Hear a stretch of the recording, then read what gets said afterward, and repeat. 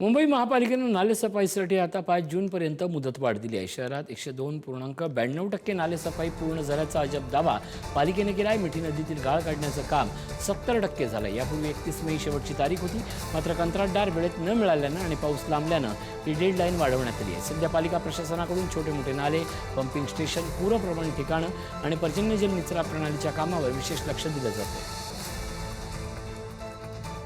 जून महिन्याचा पहिला आठवडा सुरू झालेला आहे, तरी देखील मुंबई शहरातील नालेसफाईची आकडेवारी जी आहे त्याची सावरासावर आणि सावळा गोंधळ झालेला पाहायला मिळतोय। सध्या मी एका नाल्याच्या बाजूला उभी आहे आणि आपण जर हा नाला पाहिला तर धारावीतला हा नाला आहे।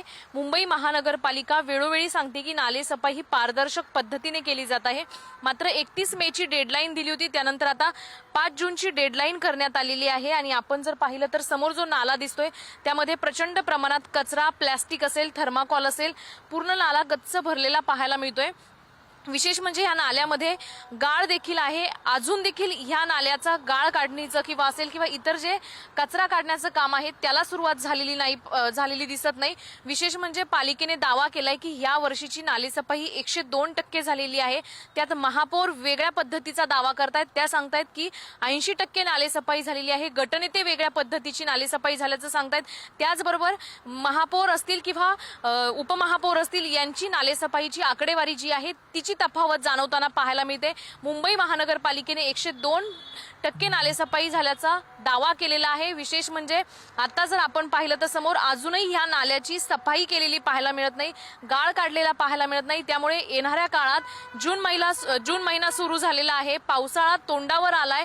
10 तारखेपासून जर मुंबई शहरात पाऊस पडायला सुरुवात झाली तर हा वरचा जो कचरा दिसतोय आपल्याला, थर्माकोल असेल, प्लास्टिक असेल, हा निघून जाईल। मात्र जो गाळ आहे त्यामुळे मुंबई शहर तुंबण्याची भीती खास करून पाहायला मिळते। विशेष म्हणजे मुंबई शहरामध्ये महापालिकेकडून वेळोवेळी खबरदारी घेतली जात असल्याचं सांगितलं जात आहे, मात्र मुंबई शहरात सत्ता स्थापन झाली, महापौर आहेत, उपमहापौर आहेत, नगरसेवक आहेत, मात्र पुन्हा एकदा हा नालेसफाईच्या आकडेवारीचा खेळ कुठेतरी वेगळ्या पद्धतीने होताना पाहायला मिळतोय।